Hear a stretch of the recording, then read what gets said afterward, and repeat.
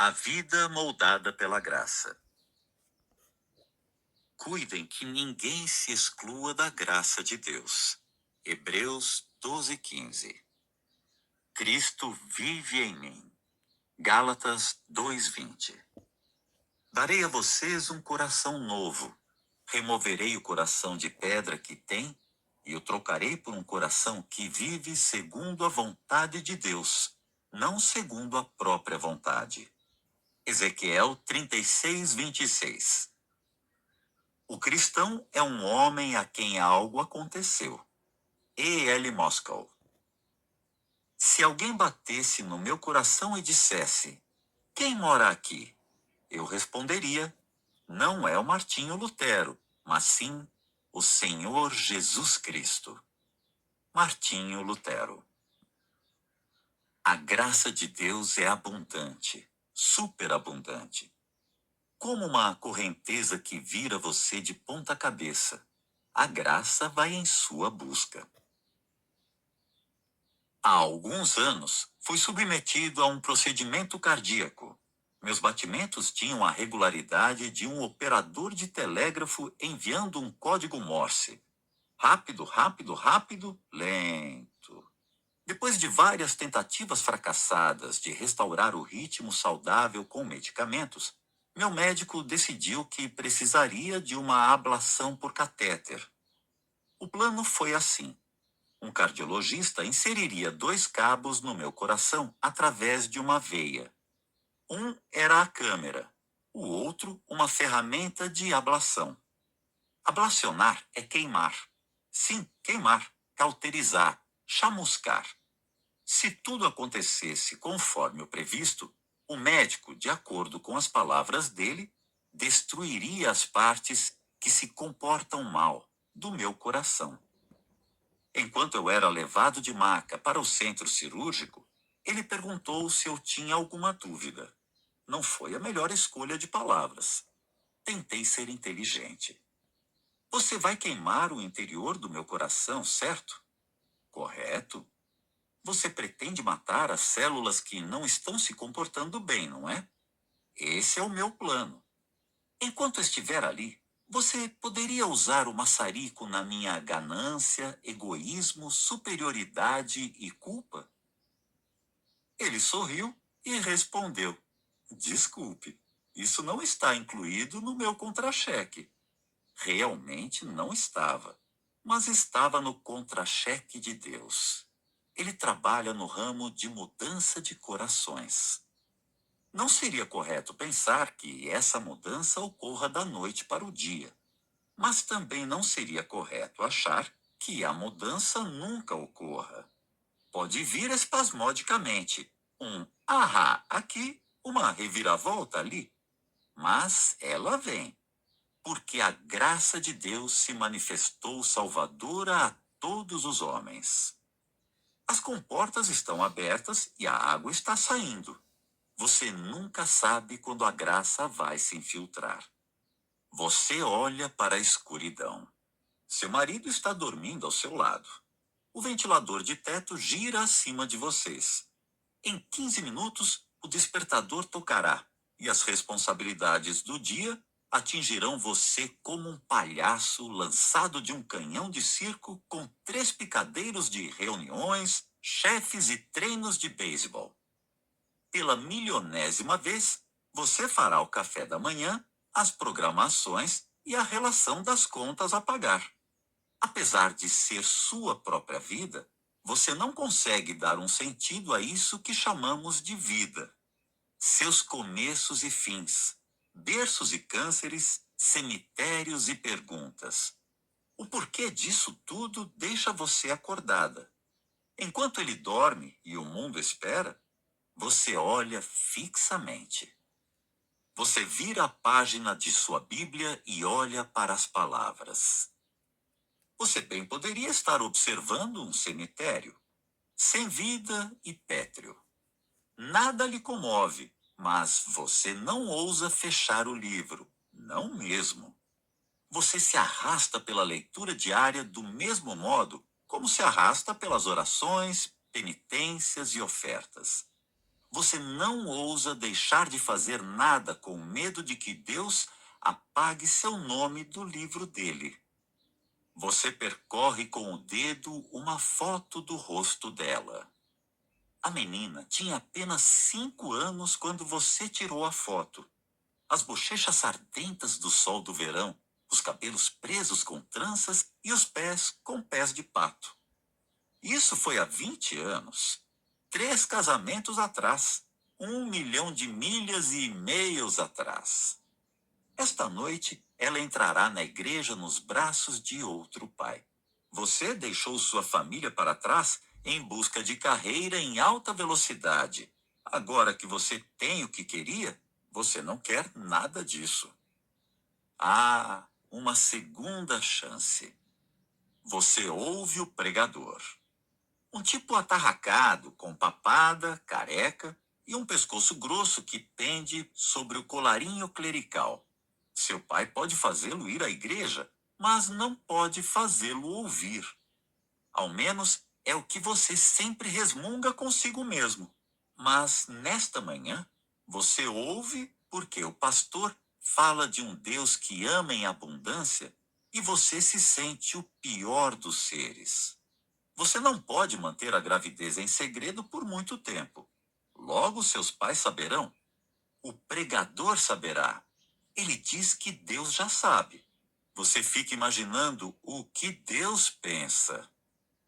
O significado da vida. Os anos desperdiçados da vida. As infelizes escolhas da vida. Deus responde à confusão da vida com uma palavra: graça. Falamos como se entendêssemos o termo. O banco nos dá um período de graça. O político fraco caiu nas graças. Os músicos falam de uma nota de graça. Descrevemos uma atriz como graciosa, uma dançarina como cheia de graça. Usamos a palavra para hospitais, bebês, reis e orações antes das refeições. Falamos como se soubéssemos o que graça quer dizer. Especialmente na igreja. A graça enche de graça as canções que cantamos e os versos da Bíblia que lemos. A graça compartilha o presbitério com seus primos, o perdão, a fé e a comunhão. Os pregadores a explicam, os hinos a proclamam, os seminários a ensinam. Mas conseguimos realmente entendê-la? Acredito que nos conformamos com uma graça débil. Ela ocupa educadamente uma frase em um hino, encaixa-se bem em um símbolo da igreja. Nunca causa confusão, nem exige uma resposta. Quando alguém pergunta, você acredita em graça? Poderíamos dizer não? Esta obra faz uma pergunta mais profunda. Você já foi mudado pela graça? Moldado pela graça? Fortalecido pela graça? Encorajado pela graça? Suavizado pela graça? Agarrado pelo pescoço e sacudido até perder os sentidos pela graça? A graça de Deus é abundante, superabundante, como uma correnteza que vira você de ponta cabeça. A graça vai em sua busca. Ela reestrutura você. De inseguro a seguro em Deus. De cheio de arrependimentos a uma pessoa melhor por causa dela. De alguém com medo de morrer a alguém pronto para voar. A graça é a voz que nos chama a mudar. E assim, dá-nos o poder de sermos bem-sucedidos. Quando a graça acontece, não recebemos um elogio de Deus, mas um novo coração. Dê seu coração a Cristo, e ele retornará o favor. Darei a vocês um coração novo e porei um espírito novo em vocês. Você poderia chamar de transplante espiritual de coração. Terry Stott entende esse milagre tanto quanto qualquer outra pessoa. Na primavera de 2010, Um acidente de esqui tirou a vida de sua filha de 13 anos, Taylor. O que se seguiu para Tara e o marido, Todd, foi o pior pesadelo para qualquer pai. Um funeral, um enterro, uma enxurrada de perguntas e lágrimas. Decidiram doar os órgãos da filha. Poucas pessoas precisavam de um coração mais do que Patricia Winters. O coração dela começou a falhar 5 anos antes, deixando-a muito fraca para fazer algo mais além de dormir. O coração de Taylor deu a Patricia um novo começo de vida. Tara tinha apenas uma exigência. Ela queria ouvir o coração da filha. Todd e ela voaram de Dallas a Phoenix e foram até a casa de Patricia para ouvir o coração de Taylor. As duas mães se abraçaram por um longo tempo. Então, Patricia ofereceu a Tara e a Todd um estetoscópio. Quando eles ouviram o ritmo saudável, que coração eles ouviram? Eles não ouviram o coração da própria filha ainda pulsante? Habitava em um corpo diferente, mas o coração era o coração da filha deles. E quando Deus ouve seu coração, ele não ouve o coração do próprio filho ainda pulsante?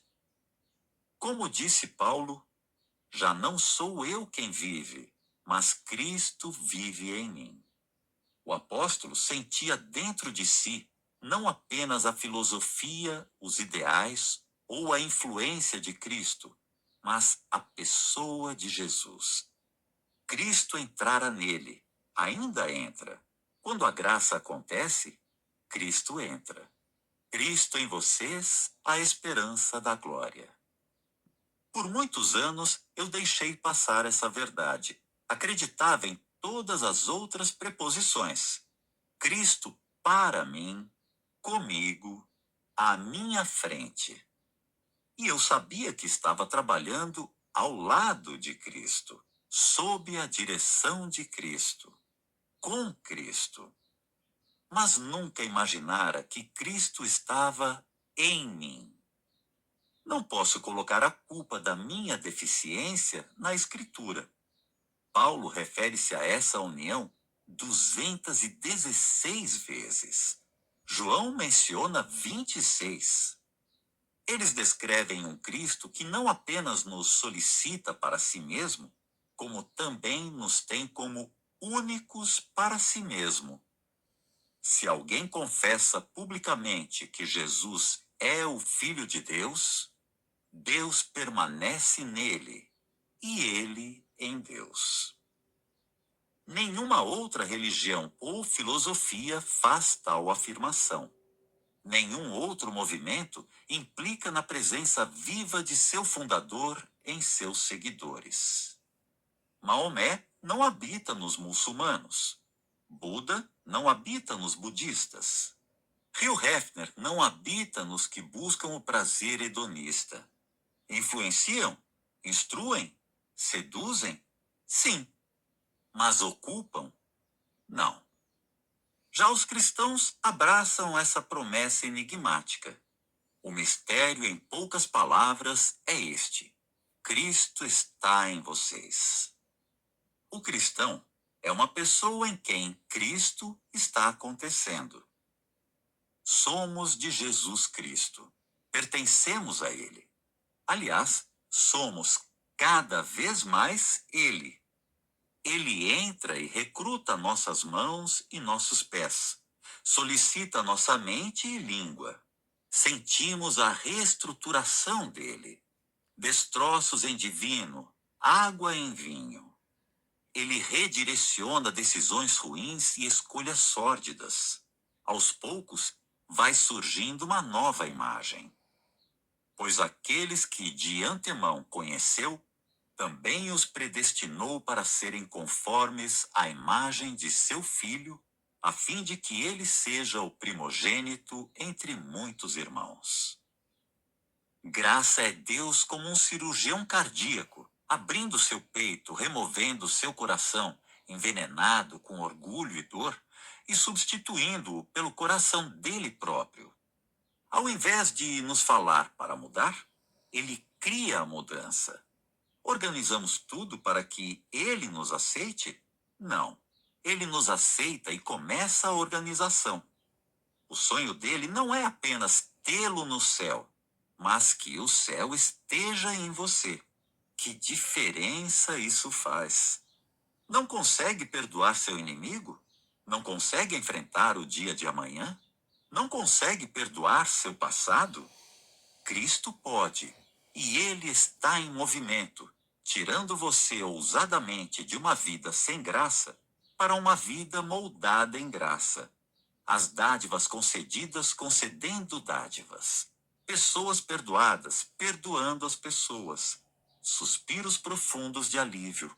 Inúmeros tropeços, mas raro desespero. A graça é totalmente Jesus.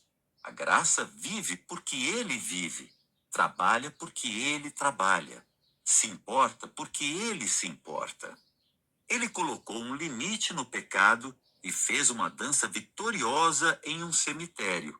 Ser salvo pela graça é ser salvo por ele, não por uma ideia, doutrina, credo ou filiação em uma igreja, mas pelo próprio Jesus, que levará ao céu quem simplesmente acenar para ele. Não é resposta a um estalar de dedos, a um canto religioso ou a um aperto de mãos secreto. A graça não será encenada. Não tenho nenhuma dica de como chegar até a graça.